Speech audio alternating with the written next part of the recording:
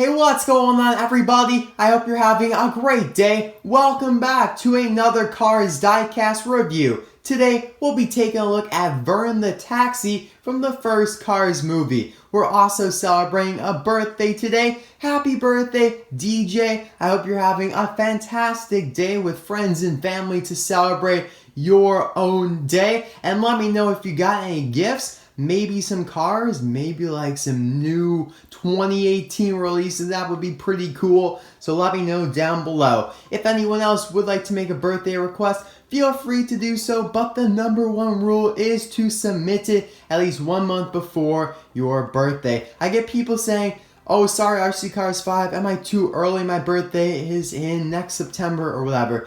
No. The earlier, the better. Please do that because I just can't do it if it's within 1 month from your birthday. And this today does start the inundation of birthdays in January. We have at least like 4 or 5 more this month. I don't know what it is about January, but there certainly are a lot. I'm looking forward to it because it gives us a chance to look back on the Cars line instead of reviewing all the new stuff, which, although very exciting, it's important to look at the stuff that came out 7-8 years ago, like Vern here. He was originally released in the Final Lap collection in 2010 as a single, so that is 8 years ago, but I believe he was released maybe like halfway throughout the year, so 7.5, we'll give him that.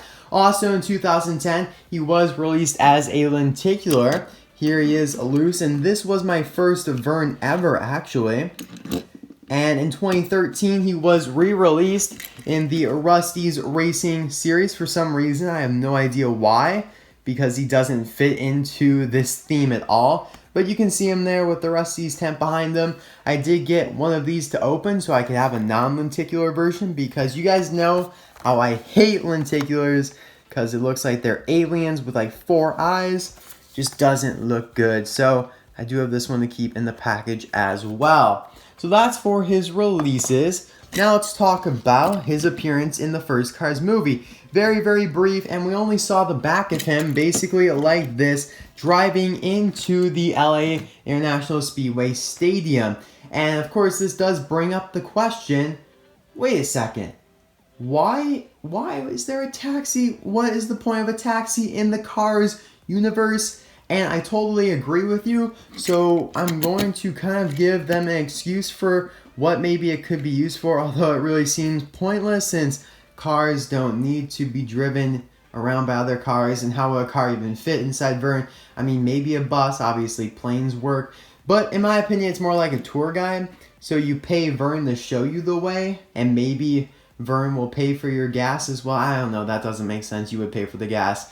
But yeah, maybe he just shows you the way. There have been other taxis in the Cars line as well, such as Bob Pulley from Tokyo and Chauncey Fares from the UK. So clearly it's a thing, and Disney and Pixar fully are aware. They probably have a use for taxi guides, or taxi, I think they are guides. That's why I said taxi guides, because I think that fits them more than just, get in my car, I'm gonna take you wherever you wanna go. So maybe we should ask Pixar and Disney, because since they clearly have 3 of them in the Cars universe, they probably know the point of them, the purpose. And if you do yourself, please comment that, because although I think I'm right, could be wrong, and there could be another method for taxis. Anyway, let's talk about Vern here as a diecast. So first of all, absolutely love his expression. Looks really cool. He looks concerned though. But it does give him some character and personality, even though we actually never saw his face. He has a cool grill right there, headlights. Of course, you can see up top here on the roof, his light bar basically, that says Vern's on both sides there. Why did it get so bright? He's a pretty basic car, kind of like a maroonish brown red car. And what's pretty interesting about him is that if you look here at his wheels, they're the same with that white stripe and the silver hubcap.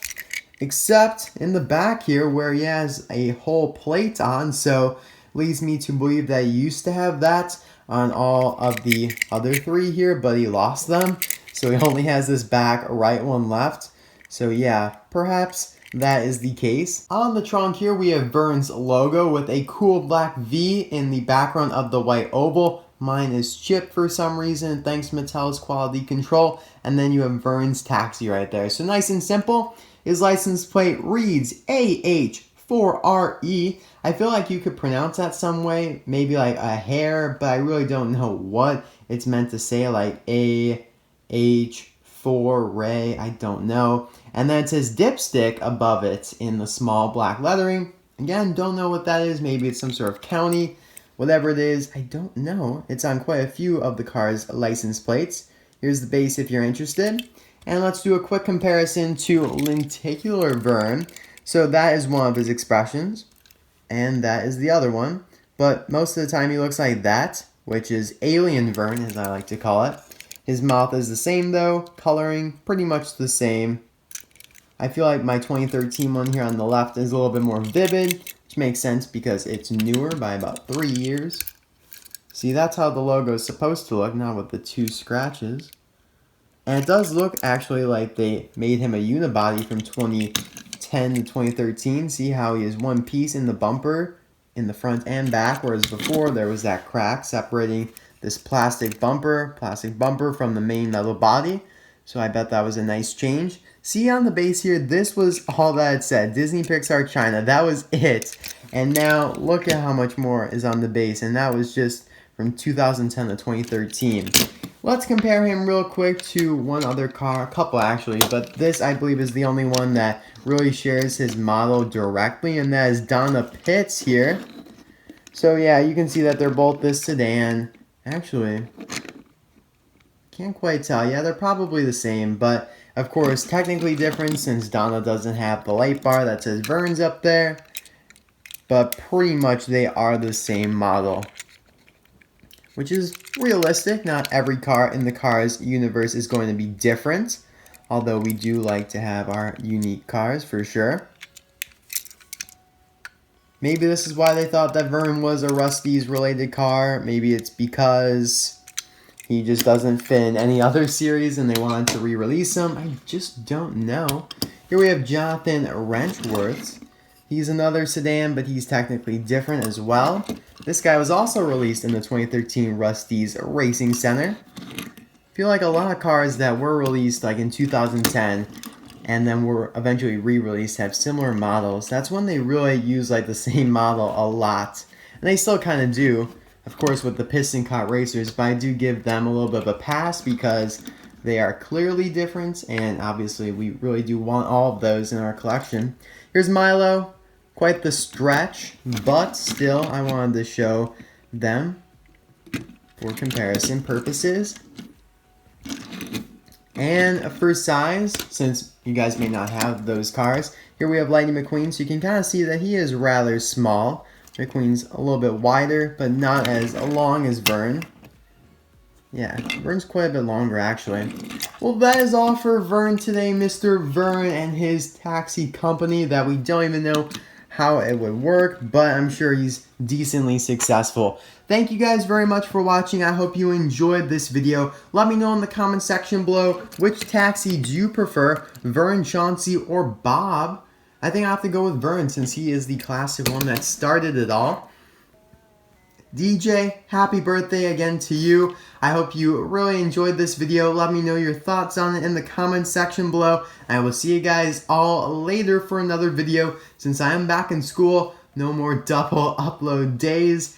Yeah, I know, we were going a little crazy, like 2 uploads a day. I just wanted to get as many videos out as possible. In retrospect, I should have spaced them out so there wasn't a day with no video at all, but I guess I got caught up and wanted to get videos out while more people were on break, so I guess there was some reasoning to it. So I'll see you guys next time. Bye now.